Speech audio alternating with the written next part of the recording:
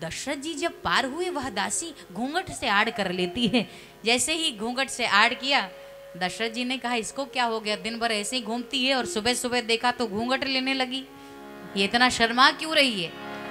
जब दशरथ जी ने कहा तुम्हें क्या हो गया, ये हमें देखकर आड़ क्यों कर रही हो, घूंघट क्यों ले रही हो, तो वो कहती है क्षमा करिएगा राजन, लेकिन हमारे गांव में एक कहावत है कि जिनके पास संतान नहीं होती उनका मुख देखना नहीं चाहिए सुबह सुबह। अब यह कथा मैं इसलिए नहीं कह रही हूं कि किसी के पास बेटा बेटी ना हो तो वो बड़े दुखी हो जाएं। अभी मैं बताऊंगी ये सारी कथा के पीछे भाव क्या है। लेकिन अगर किसी के पास बेटा बेटी ना हो तो वो दुखी नहीं होंगे, हो तो अच्छा है, ना हो तो और अच्छा है। भगवान ने भजन करने का मौका दिया है, लेकिन दुखी होने की बात नहीं।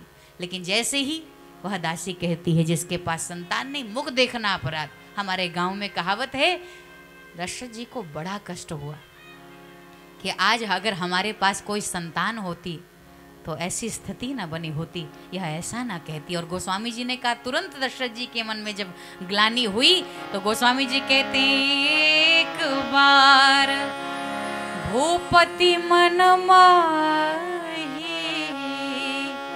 कि भय गलानी मोरे सुत नाही भय गलानी। किसी ने कहा दूसरा कारण, यह एक बार का दूसरा आशय यह है कि एक बार दशरथ जी अपने पितरों का तर्पण कर रहे थे, लेकिन जब वह पितरों का तर्पण कर रहे थे उन्होंने अपने पितरों के आंखों में आंसू देखा। उन्होंने अपने पितरों से पूछा क्यों हमारे द्वारा दिया हुआ आपको जल नहीं मिलता। पितरों ने कहा आपके द्वारा दिया जल हमें मिलता है, लेकिन जब तक आप हैं तब तक तो हमें जल भी मिल रहा है, जिस दिन आप नहीं होंगे तो हमें जल देने वाला भी कोई नहीं होगा, क्योंकि आपके यहाँ कोई संतान नहीं है। दशरथ जी को बहुत कष्ट हुआ और गोस्वामी जी को लिखना पड़ा, एक बार भूपति मन माही अभय गलानी मोरे सुत नाही। तीसरा कारण, एक बार का यह आशय है। एक बार वशिष्ठ से देवी अरुंधति कहती हैं कि स्वामी यदि आप चाहें तो एक संकल्प मात्र से भगवान को धरती पर प्रकट कर सकते हैं। आपके शिष्य के पास कोई संतान नहीं, आप आशीर्वाद नहीं दे सकते क्या। अरुंधति से वशिष्ठ ने कहा मैं उसको आशीर्वाद दे सकता हूं, लेकिन एक बार दशरथ अपनी इच्छा तो रखे, अपनी इच्छा बताए तो सही। अरुंधति ने कहा यदि इच्छा मैं उत्पन्न कर दूं तो। इधर वशिष्ठ जी कहते हैं यदि दशरथ मेरे समीप इच्छा रखता है तो मैं जरूर उसका कल्याण करूंगा। अरुंधति जी गई अपने एक पुत्र को हाथ में लिए हुए। जैसे दशरथ जी ने देखा गुरु माँ आई है, चरणों में प्रणाम करने गए, धीरे से देवी ने अपने बेटे को ऐसा धीरे से नोचा कि बच्चा जोर जोर से चिल्ला कर रोने लगा। चरणों में झुके हैं दशरथ जी, जब बच्चे को चिल्लाते देखे तो उठ के खड़े हुए, अरे माँ ये क्या हो गया, अभी अभी तो ये हंसता खेलता आया था, लेकिन जैसे इसने हमारी शक्ल को देखा ये रोना क्यों शुरू कर दिया। अरुंधति ने कहा मैं जानती हूँ कि इसके हृदय के भाव को ये मानो यह कहना चाहता है कि मेरे पिताजी तो आप लोगों के गुरु हैं, जब हम लोग बड़े होंगे तो किसके गुरु बनेंगे, क्योंकि आपके पास कोई संतान। दशरथ जी को बहुत दुख हुआ। एक बार भूपति मन माही अभय गलानी मोरे सुत नाही। चौथा कारण क्या है, चौथा कारण एक बार की बात यह है, एक बार इसलिए लिखा, एक अयोध्या का ही एक व्यक्ति था, अपने बालक को कंधे पर बिठाकर शंकर भगवान का दर्शन कराने ले जा रहा था। जैसे ही दर्शन कराने ले करके गया, दशरथ जी की दृष्टि पड़ी। उन्होंने देखा बेटे और पिता का जो आपसी स्नेह था, उस प्रेम को देखकर, उस लाड को देखकर दशरथ जी के मन में आया काश मेरे पास संतान होती तो मैं भी ऐसे लाता, मैं भी दर्शन कराता, लेकिन क्या कहूँ मेरे पास कोई संतान नहीं है।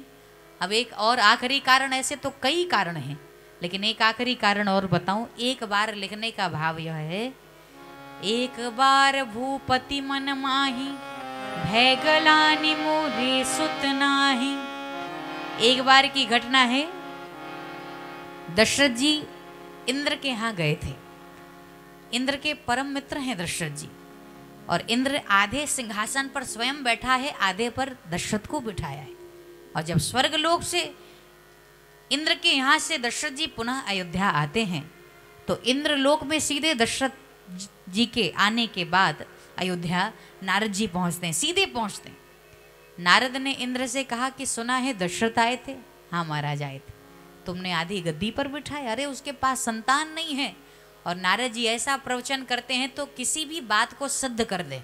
नारम ददाति इति नारद, जो ज्ञान का दाता है, उन्होंने कहा कि उनके पास संतान नहीं है। ऐसे है, अब तो आपकी गद्दी जाने वाली है, और गद्दी के लिए इंद्र कुछ भी कर सकते हैं। जब गद्दी की बात सुनी इंद्र भगवान भयभीत तो हो गए। इंद्र ने कहा फिर क्या करूं जिससे गद्दी बनी रहे? अरे कुछ नहीं, बस इतना करो कि जहां उसको बिठाए थे, दशरथ जी को जहां बिठाए थे, केवल और केवल गंगा जल ला करके वहां धुलवाओ जहां बैठा था। अब गंगा जल आया और जहां दशरथ जी बैठे वहां धुलाया जाने लगा।